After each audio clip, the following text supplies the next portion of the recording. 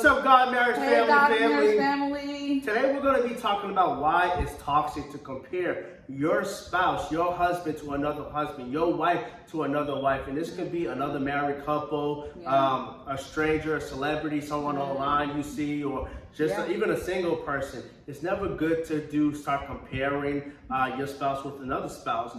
But it's an easier way. There's a more healthier way to get your desire, your expectation across without, getting resentment from your spouse, first of all, and putting you behind the eight ball. So can you just imagine your wife and your husband comes to you and says, hey, I heard so-and-so's wife has sex with him, 5 times a week, or she packs his lunch every day. I need you to step up. That's not going to go over with your wife. Or can you imagine your wife coming to you, husband, and saying, I heard so-and-so's husband makes this much money. I need you to do more. Or I heard she does this and that. I need you to do more. It's never a good thing, right, sweetie? No, it's not a good thing at all. I agree. So we're going to just be talking and discussing, why some people may go down this road, how it's an easy mistake, and, kind of what to do to avoid that overall. Yes, absolutely. All right, so, sweetie, is there any other thoughts before we jump into it? No, I think you had a great opener. All right, thank you. So, let me ask you this. Why do you think some couples, I do think men, husbands and wives both do this. Why do you think some of them fall into this trap overall? I do agree that there's a lot of reasons, but I think that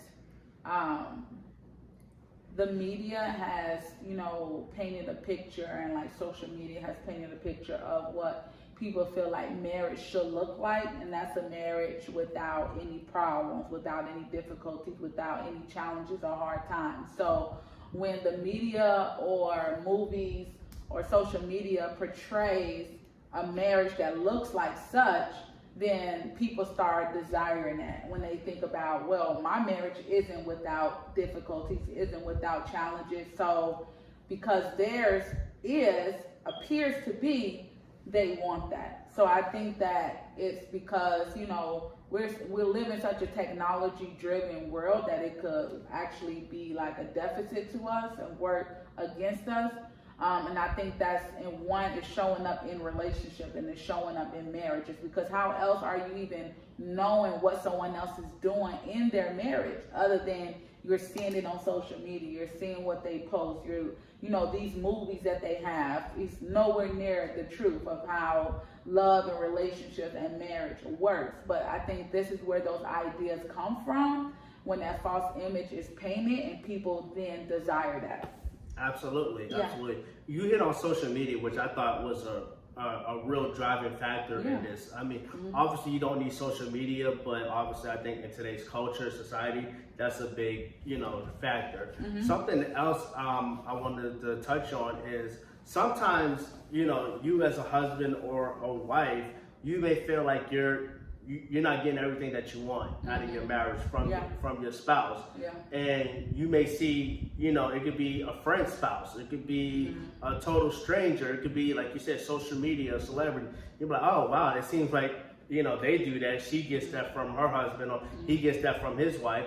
Why can I get that? And then, you gotta got that, the idea in your mind is to let me go to my husband, let me go to my wife and, say, hey, they do that, why aren't you doing that? Right, yeah. And I think that's where the wires start getting crossed. Right, yeah. You start building up expectations then in your mind and heart after you see something that your spouse isn't particularly doing and you desire that. You start building that expectation up in your heart, and then you go home and you interact with your spouse based on the expectation. They don't even know that you're expecting that from them. They have no idea that you're holding them to this expectation from somewhere outside of the marriage. Correct.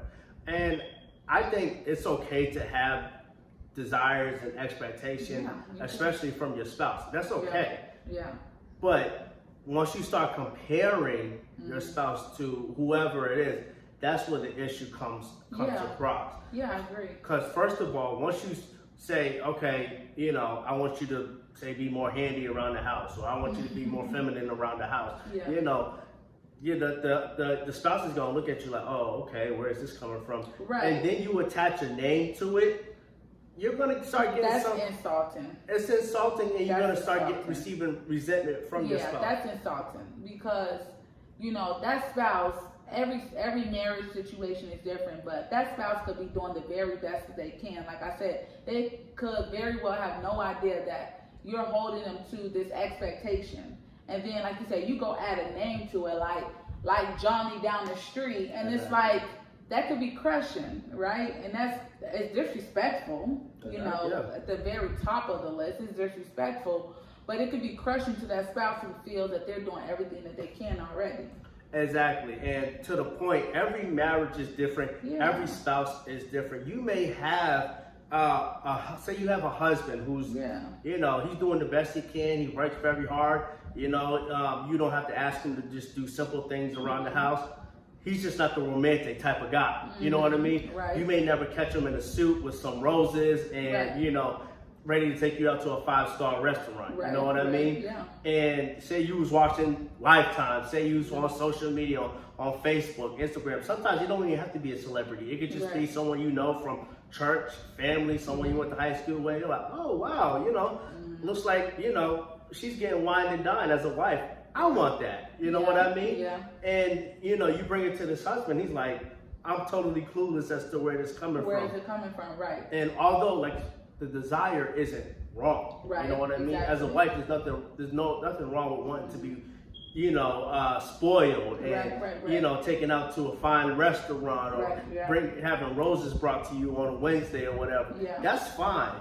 But like we already said, once you attach a name, a person to it, that's when, like you said, it get insulting, disrespectful, as well as you're gonna start to actually bring resentment onto yourself. And you could very well have a healthier marriage than what others are portraying on social media. Yeah. Like a lot of times, unfortunately, couples, they only post the good times.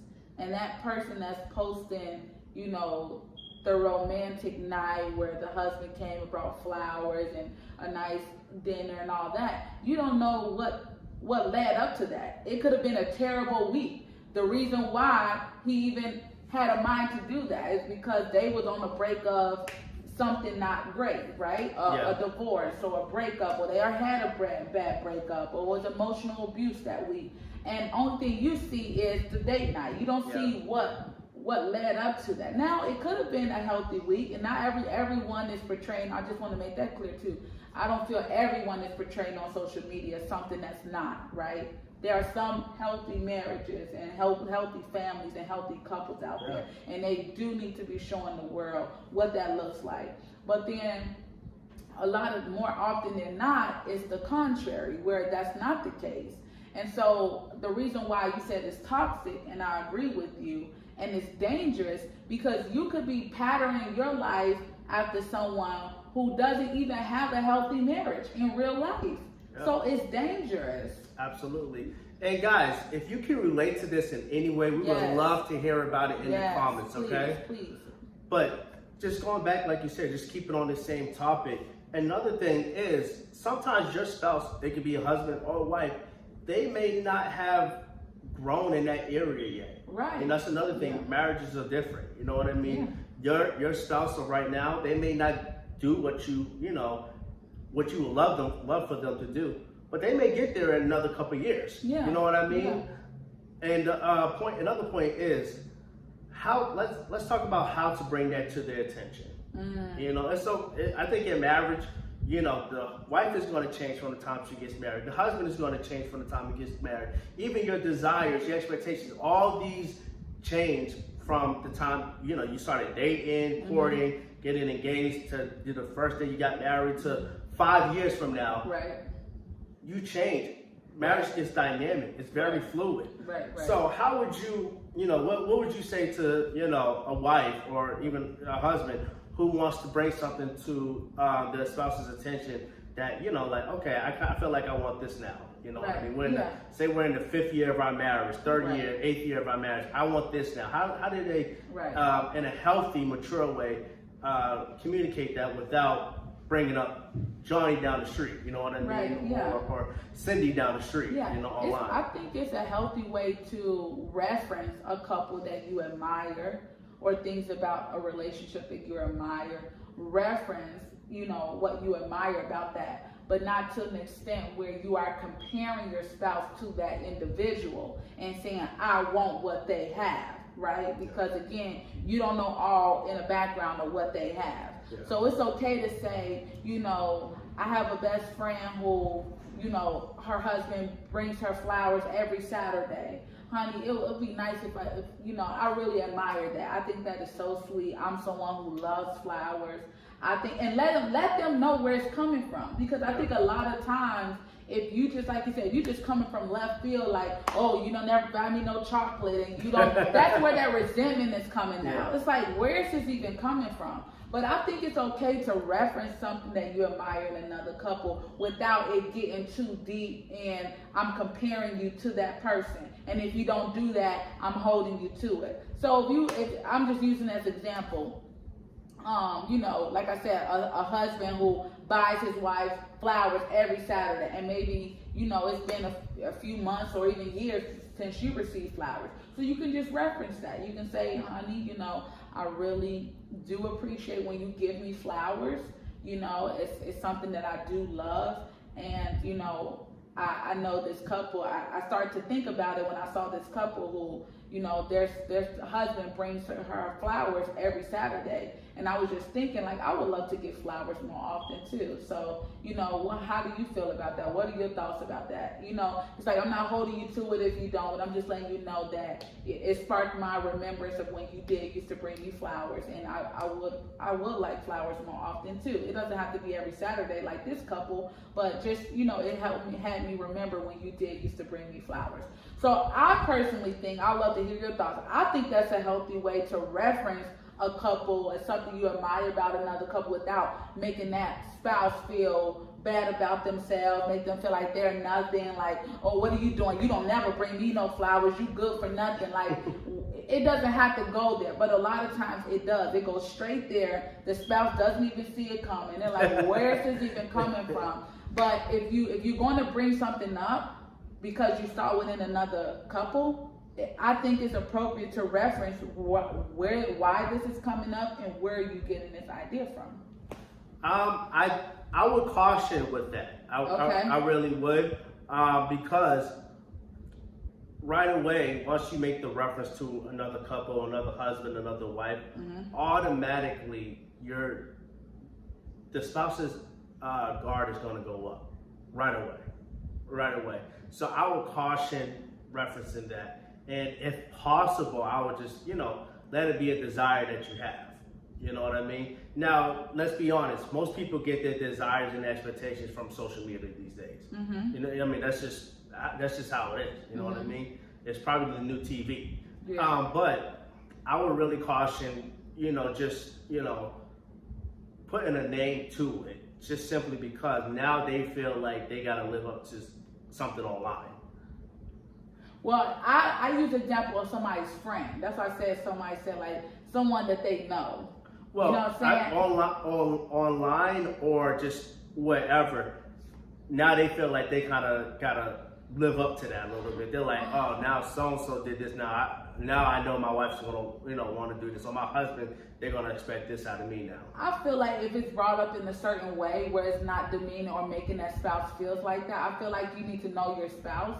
I feel like for some spouses, they will want to know where is it coming from. Yeah. Like, and some spouses may not care to know where it's coming from. So I think that, for me personally, I think that means just knowing who your spouse is. I mean, personally, that's just my opinion about it. I got you. And guys, you're gonna see, what you're seeing right now is something perfectly normal in marriage where you can disagree, okay? Right. We don't agree on everything. We don't. So, like I said, that I think the most important thing is you being respectful. Yeah, that's my whole point. But staying on the topic as is, I do think, you know, you can sweeten it in such a way where it's not as bad. But overall, I still think it's going to be in the back of that spouse's mind, husband or wife. Okay, now I know they're influenced by something. We're all influenced by something.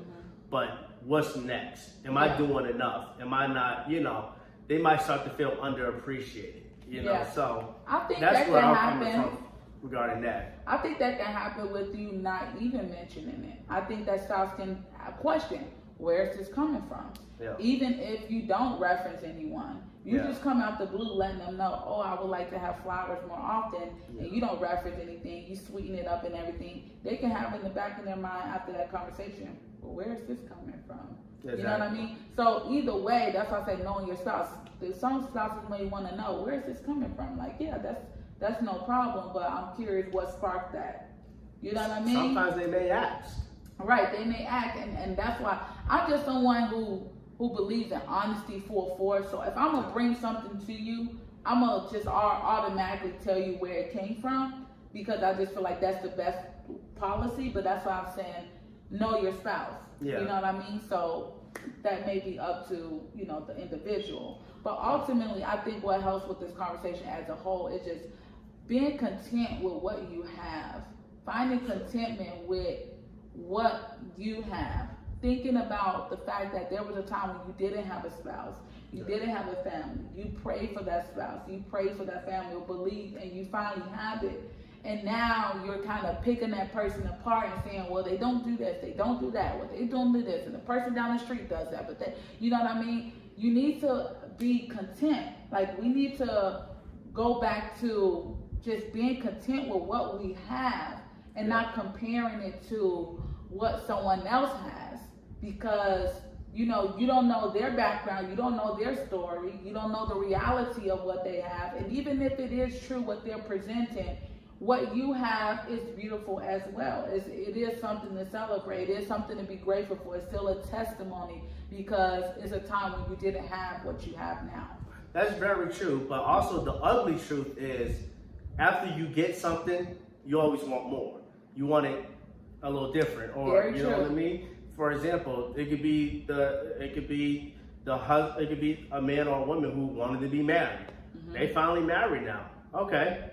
The satisfaction doesn't stop. It's like, okay, now I want you to do this. Now I need my husband to do this. Now I need my wife to start doing this. Right. Or, you say you want kids. I just want kids. Well, I don't care how they come, how many, whatever. Mm-hmm. Then you get the kids, and now you're like, all right, Lord, I need them to start acting like this. I need them to stop crying. I need them to go to sleep at night.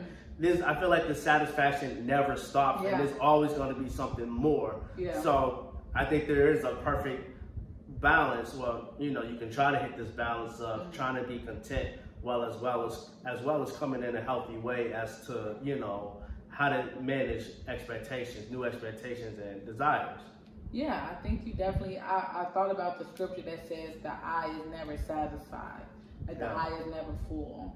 And those of us who are Christians, we have to make sure that we're leading our lives through our spirit, letting the Holy Spirit lead us, and not through our flesh. Because if we lead through the flesh, we're going to always live a life like that. No matter what God blesses us with, we're going to always want more and more and more, and never be satisfied, and truly thankful, truly sit in a moment to be thankful for what He's already blessed us with. So I think as Christians, I would caution us to make sure that it's not our flesh leading us and talking to us and guiding us, and it's in our spirit. Because in our spirit, man, we'll sit and we'll be thankful for what we have. Absolutely. And I would, two things I would say is, remember who you marry. Yeah. First of all, although I know people change, marriages change, husband, wives, they change. But also take into consideration who you married. Yeah. Who were they when you first married them? Did they tell you, hey, I'm not a romantic type. I'll take care of you, but I'm not a romantic type. Right. Maybe you married a woman who's, she told you, hey, I always have dinner ready for you, but I'm not really the girly girl, you know what I mean? Type of thing. Want to go out to all these fine restaurants and stuff. Right. And now you're like, well, I kind of want to do that for you now, or I kind of expect that out of you now. So it's also a balance of remembering who you married, as well as juggling. People do change. Right. You know what I mean? So what would you say to that? Yeah, I think you have to absolutely remember who you married. And I agree with everything that you said, because 9 times out of 10, that's who that person's going to be. And it's not going to be external factors that change them, like you giving them a whole list of your desires. That's not what's going to change them. It's going to be internally over the years, them, doing poor work on themselves for themselves. That's going to change them. But most times, if they are who they are when you marry them, and then you come with this big old long list, I want you to do this and change that and be like that and be like this, they're going to be like, whoa. Yeah. I am who I am. You know what I'm saying? And you liked it enough to marry me. So they're not, especially at the point of marriage, maybe you had a little wiggle room if y'all weren't engaged yet or y'all weren't married yet. But the point of marriage, people get comfortable. People start to settle into who they are. So if the chances of you changing them with a long list of desires, something external, is not going to change. I think it's going to be inside. And again, as Christians, that's where prayer comes in at. That's where love and long suffering and patience comes in at. Because I doubt very seriously they're going to change just because you tell them that you want them to change. I think your best shot, and let us know how you will go about this. But I think your best shot is just coming to them, in a very genuine, honest way, letting them, know how you feel, maybe how you've been feeling. And like you said, you may have to reference a couple. You may have to reference something you've seen in a movie, online, or whatever it is, and say, express this to your spouse in a respectful manner. Yeah, it definitely has to be respectful. As Christians, we cannot exclude prayer. Continue to pray. Yep. I have heard of testimonies of women specifically who were married and they wanted their spouse to be more romantic. And they had conversations with them about being romantic. And nothing they said will cause that spouse to be more romantic. Until they prayed and just let that spouse alone, then that spouse started to do more romantic thing over the years. And it didn't happen overnight. So again, that's where the patience comes in at. That's where the love, the long suffering comes in at. And then also just being content with what you have in the meantime. And let God do the change, right? And you may find through that time of praying, God changes you. And he changes your desires of what you're looking for and what you feel you need. And then it's like, oh, that mattered to me a year ago. Now it doesn't matter. What matters to me most is that I have a husband who loves me, who comes home to me, who loves his family. And your perspective chart starts to change sometimes. So, again, I would encourage Christians to pray if you feel that your spouse you want them to do more. Absolutely. And the last point I'm going to make, that I'll let you end it how, if you want to end it with anything specifically, is be careful when you're admiring something about someone else. You know what I mean? Because, and it's like you just said in this case, in another couple's case, most likely the wife isn't admiring something the wife does. It's probably something that her husband is doing for that wife, or the husband is admiring something, not what the husband's doing, but the wife is doing for that husband. So just to make sure you walk a fine line as to, what you're admiring, how you're admiring it, and how you're going to take that to your spouse as well. Yeah, you know absolutely. what I mean? So that would be the last thing I touch upon as to how you go about that and the amount of admiration and attention you give it. So yeah. I'll let you end it how you may want to. Yeah, I'll just say water your own grass. Focus on your own marriage. Your marriage could be as beautiful as you make it. I wholeheartedly believe that. I stand by that. It's not just a quote or a phrase to me. If you water your own grass, tend to your own house, to your own marriage, it will be beautiful as you make it. And so I would just say, don't focus too much on it. And it's good to admire couples. It's good to go through life with other couples, other married couples, and you may find that, wow, I really admire that about their relationship. But just be careful not to obsess over it, not to compare your spouse to it, not to hold them to something that you admire, because it's natural. You may admire something, but make sure you're not holding your spouse to that same expectation. In the meantime, pray if you want to see something different, be patient, have love, and most of all, just be content with what you have. Amen. So, guys, we would love to hear what you have to say on this topic. Let us know how you would go about it, how you would deal with it. How would you feel if your spouse, if your husband, or if your wife came to you saying, hey, I wish you would do this more, or I had a greater desire for this, and they reference another couple or another spouse or just someone in general. We would love to know how you feel about it. Thank you for your support. And like always, we will see you with another video very soon. And you guys take care and God bless. Take care. Bye. All right, guys.